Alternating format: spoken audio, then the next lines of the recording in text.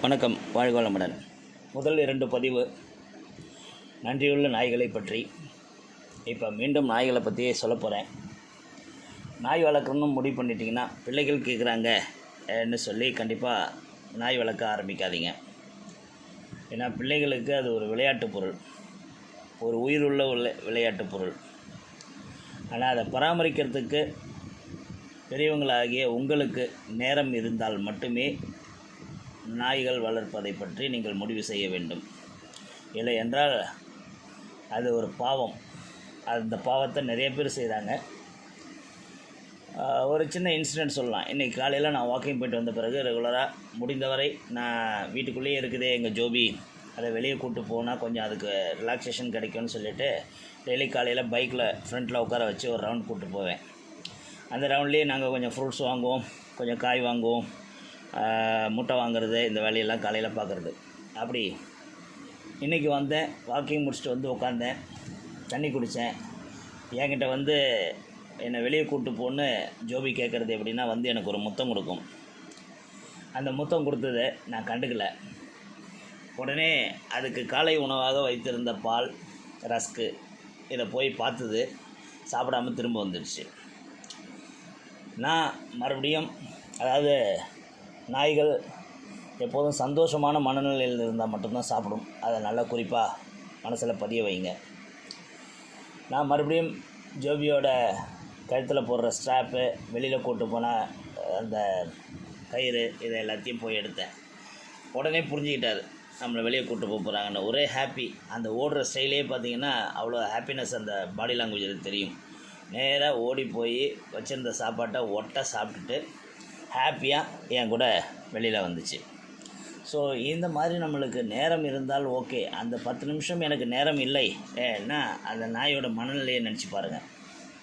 அப்போ ஹாப்பினஸ் இல்லைன்னா அது சாப்பிடாது. ஸோ இந்த மாதிரியான விஷயங்கள்லாம் நிறைய நீங்கள் கூர்ந்து கவனிக்கணும். அது மட்டும் இல்லாமல் இந்த க்ளீனிங், டெய்லி அதை குளிப்பாட்டணும், டெய்லி அதை மெயின்டைன் பண்ணணுங்கிறதெல்லாம் உங்களுக்கு வாய்ப்பு இருக்குதா, நேரம் இருக்குதா அப்படின்னா மட்டும் இந்த பெட்டை வளர்க்குறதுக்கு முடிவு பண்ணுங்கள். இல்லைன்னா கண்டிப்பாக பண்ணாதீங்க, அது பாவம். 1. 2வது, இந்த நாய் வளர்ப்பதனால் என்ன பயன்னு பார்த்தீங்கன்னா, இப்போ நாங்கள் எங்கள் ஃபேமிலியில் அது ஒரு முக்கிய நபர். இப்போ ஜோபி இல்லை ஏன்னா என்னோடய ஸ்ட்ரெஸ்ஸுக்கும் என்னோடய தனிமைக்கும் ஒரு நடுவில், அதாவது நானும் ஒய்ஃபும் இருக்கிறோம், பிள்ளைகள் வேறு ஊரில் இருக்கிறாங்க. எங்களுக்குள்ள இப்போ ஒரு இன்னும் சொல்லலாம், ஒரு குழந்தை மாதிரி ஒரு பாலமாக இருக்குது. வீட்டில் நான் வேலைக்கு போன பிறகு தனியாக இருக்கிறவங்களுக்கு ஒரு பாதுகாப்பு மட்டும் இல்லை, ஒரு பேச்சு துணைக்கான ஒரு ஆளாக இருக்குது. பாதுகாப்புனா மிகப்பெரிய பாதுகாப்பு. எங்கள் ஜோபியோட படத்தை நான் லேமினேட் பண்ணி வாசலில் கேட்டில் வச்சுருப்பேன். I am on duty, be aware and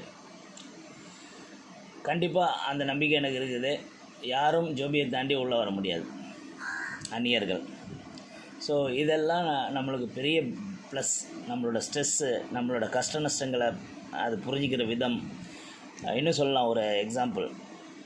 ஒரு 2 வருஷத்துக்கு முன்னாடி நான் எங்கள் வீட்டிலேருந்து வாக்கிங் ஸ்டார்ட் பண்ணேன். ஒரு 200 மீட்டர் போனோடனே காலில் ஒரு சின்னம், என்னமோ ஒரு அன்ஈஸி ஃபீல். அதுக்கு அடுத்த அடி என்னால் எடுத்து வைக்க முடியல. சடனாக, முதல்ல இருந்து எனக்கு வலிலாம் இல்லை, சடனாக அந்த மாதிரி ஒரு வலி, அதாவது கண்ணெல்லாம் கலங்கிடுச்சு. ஒத்த காலில் நொண்டாத குறையான் வீட்டுக்கு திரும்ப வந்து சேர்ந்தேன். வீட்டுக்கு மாடிப்படியிட்டு ஏறுறது கஷ்டப்பட்டு மாடி ஏறி போய் நான் சேரில் உட்கார்றேன். அவ்வளோ அன்னீசினஸ் என் மூஞ்சில். என்னோடய ஒய்ஃபுக்கு கூட நான் என்ன கஷ்டத்தில் இருக்கிறேன்னு ஃபீல் ஆகலை. நான் திடீர்னு சொல்ல முடியல என்னால். ஆனால் எங்கள் ஜோபி கரெக்டாக அதை என்னோடய முகபாவத்தை தெரிஞ்சுக்கிட்டு அங்கேருந்து ஓடி வந்து காலைக்கிட்ட வந்து கரெக்டாக எனக்கு எங்கே வலிக்குதோ அங்கே நக்குது. அந்த இடத்துல எனக்கு மிகப்பெரிய ஆச்சரியம். வலியே திடீர்னு போயிட்ட மாதிரி ஆயிடுச்சு. ஏன்னா நம்மளோட கஷ்டம் உணர்றது மட்டும் இல்லை, எந்த இடத்துல கஷ்டங்கிறதையும் உணரக்கூடிய தன்மை அந்த நாய்களுக்கு இருக்குது. மனிதனோட 200 மடங்கு சென்சிட்டிவான நுகரும் தன்மை நாய்களுக்கு உண்டு. அதனால் நாய்கள்ங்கிறது உங்களோட ப்ளட் ப்ரெஷரை குறைக்க உதவும், உங்களோட கோவத்தை குறைக்க உதவும், உங்களுக்கு ஒரு கம்பெனியனாக இருக்கும், உங்களுக்கு உங்களோட ஸ்ட்ரெஸ் ரிலீஸுக்கு ரொம்ப பெரிய இம்பார்ட்டண்ட்டாக இருக்கும். ஒரு சக தோழன் உங்கள் கூட இருக்கிற மாதிரி இருக்கும். அதாவது டெய்லி நான் ஆஃபீஸுக்கோ இல்லை வெளியிலேயோ போகும்போது அதுக்கு எல்லாம் புரியும். இப்போ நம்மளை வாக்கிங்லாம் கூப்பிட்டு போக மாட்டாங்க, வெளியிலலாம் ரவுண்ட்லாம் போக முடியாது, இவர் ஆஃபீஸ் போகிறாருங்கிறது கரெக்டாக புரியும். கரெக்டாக எங்கள் ஸ்டெப்புக்கிட்ட வந்து நிற்கும்.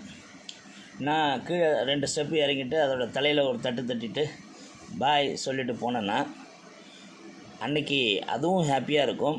எனக்கும் இப்போ ஜோபி வந்ததுலேருந்து எந்த இன்சிடெண்ட் நடந்ததில்லை. அதாவது incident in the sense anything, அதாவது ஒரு வெளியில் சண்டையாகட்டும் இல்லை இதாகட்டும், ஒவ்வொரு நாளும் எனக்கு நல்ல நாளாக இருக்குது.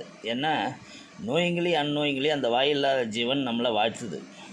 அந்த வாழ்த்து ஒரு பெரிய கவசமாக இருக்குது. இதை உணர்ந்தால் உங்களுக்கு புரியும். நான் ஜோபிக்கிட்ட கூப்பிட்டு பாய் சொல்லிட்டு போவேன். சில நாள் இன்றைக்கி ஏதோ ஒரு பிரச்சனைனா கூட வெளியில் போகும்போது ஜோபியை கூப்பிட்டு ஒரு பாய் சொல்லிட்டு போனேன்னா that day is become good day. So இந்த மாதிரி நிறைய ப்ளஸ் பாயிண்ட்ஸ் இருக்குது. அதே நேரத்தில் இதை வளர்க்கணுன்னா 4 தடவை 10 தடவை யோசித்து ஃபேமிலி மெம்பர்ஸ் எல்லாம் உட்காந்து டிஸ்கஸ் பண்ணி அப்புறம் வாங்கிறது. குழந்தைங்க ஆசைப்பட்றாங்கன்னு வாங்கினா அதில் பல கஷ்டங்கள் இருக்குது. வெளியூர் போக முடியாது. ஒரு நாள் எங்கேயா விட்டுட்டு போகணும்னா அது அதோட கொடுமை. பேமெண்ட் பண்ணி விட்டுட்டு போகிற இடத்துலலாம் நாய்கள் ரெஸ்ட்லெஸ்ஸாக இருக்கிறதுனால அதை போட்டு அடிக்கிறாங்க, அது ஒரு கொடுமை. அதுவும் இல்லாமல் அதுங்க புது இடத்துல போய் தங்கிறது அதுங்களுக்கு பிடிக்காது, அது ஒரு கொடுமை. இப்படிலாம் பல கஷ்டங்கள் இருக்குது நாய் வளர்க்குறதுல. அதனால் முடிந்தவரை நாய் வளர்க்கணும்னு தோணுச்சுன்னா அவங்களுக்கு நாட்டு நாய்களை வளங்க. அதுவும் வெளியில் வச்சு வளங்க. வீட்டுக்குள்ளே இல்லாமல் வெளியில் ஒரு நாயை வச்சு வளர்த்திங்கன்னா வீட்டுக்குள்ளே அலோவ் பண்ணாமல் ஓரளவுக்கு நீங்கள் இந்த மாதிரியான கஷ்டங்கள்லேருந்து தப்பிச்சிக்கலாம். அதே போல் அதே அன்பு உங்களுக்கு கண்டிப்பாக தொடர்ந்து கிடைக்கும். இதை என்னோடய நாய் குறிப்புன்னு எடுத்துக்கலாம் நீங்கள். வாழ்க வளமுடன்.